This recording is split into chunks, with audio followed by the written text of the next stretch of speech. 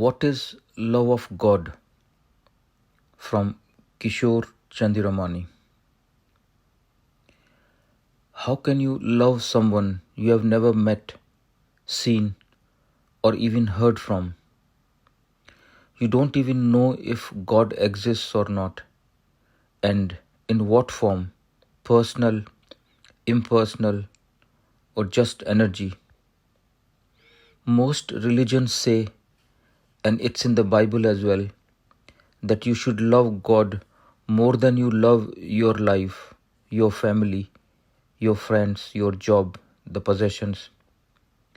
It didn't make any sense to me, but I have now learned to see things differently.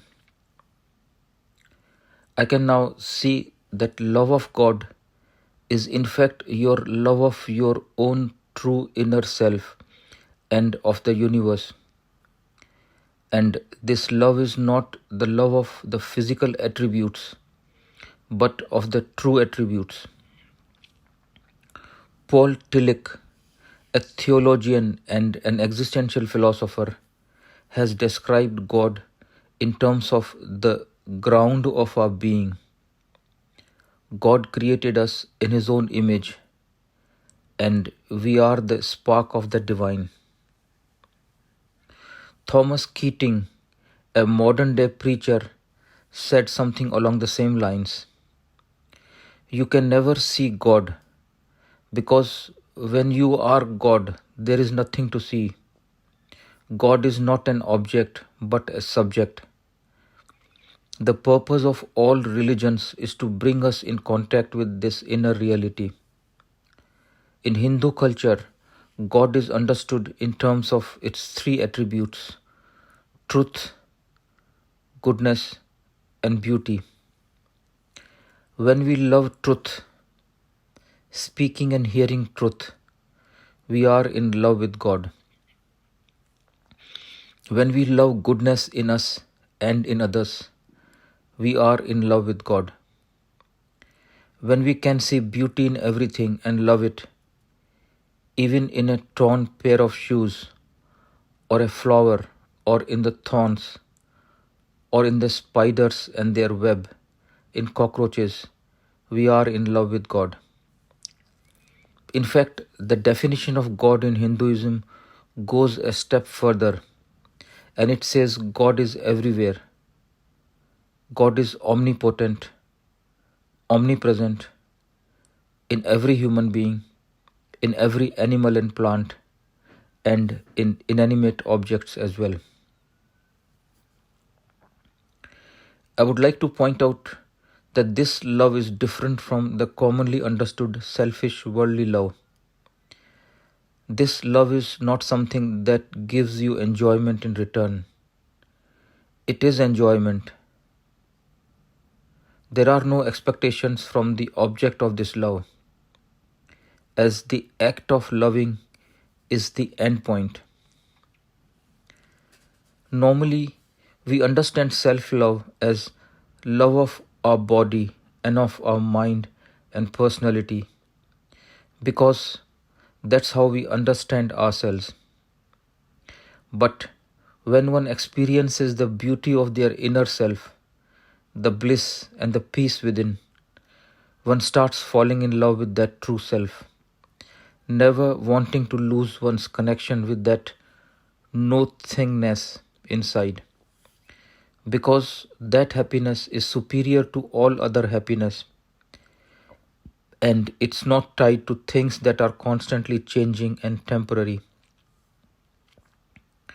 Poet Rumi said, "Once you have seen the beauty and grandeur of your spirit, you won't burden it with the cares of the world and the body, as by doing so, you are making Jesus carry the luggage whilst your donkey jumps freely on the meadows." Another attribute of this love of God is that it's a constant thing. One can and should live in this love all the time without any breaks. Sufi preachers ask us to think of this inner spirit or consciousness all the time. even whilst doing worldly chores. Very much like a woman carrying a child does all other things, but all the time she is mindful of the child. Or a woman carrying a pot of water on her head keeps chatting with her friends, but at the same time taking care that the pot doesn't fall down. In the same way, we should always be in touch with our inner consciousness, that's inner body sensations, and remain equanimous whilst being active in the outside world. Guru Nanak, a patron saint in Sikhism, has described our connection with God in terms of the connection of a fish with water. I have now come to realize that whenever we enjoy solitude, we are in love with God. When we admire the healing energies within our body, we are in love with God.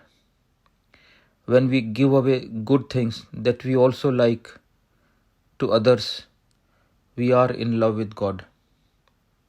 When we help poor and needy, we are in love with God. When we become indifferent to worldly pleasures because we can experience a greater pleasure within us, we are in love with God.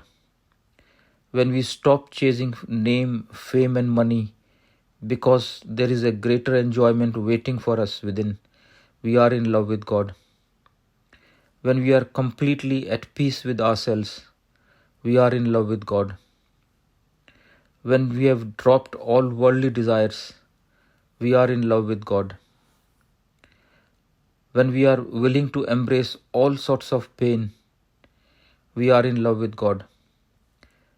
When we totally accept our present life, we are in love with God. When we stop hating or disliking our enemies, we are in love with God. When we see good things hidden inside bad people, we are in love with God.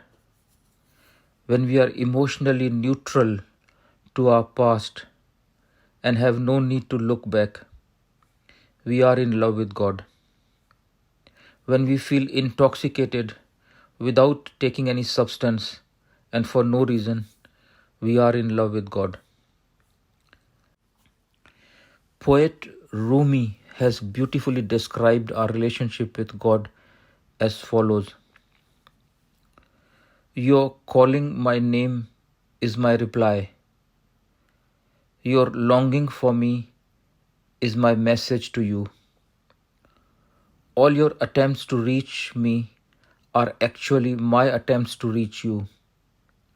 Your venerations are your love and are a noose in which I'll be caught. The silence around every call, God, receives 1,000 I am here replies. Thank you.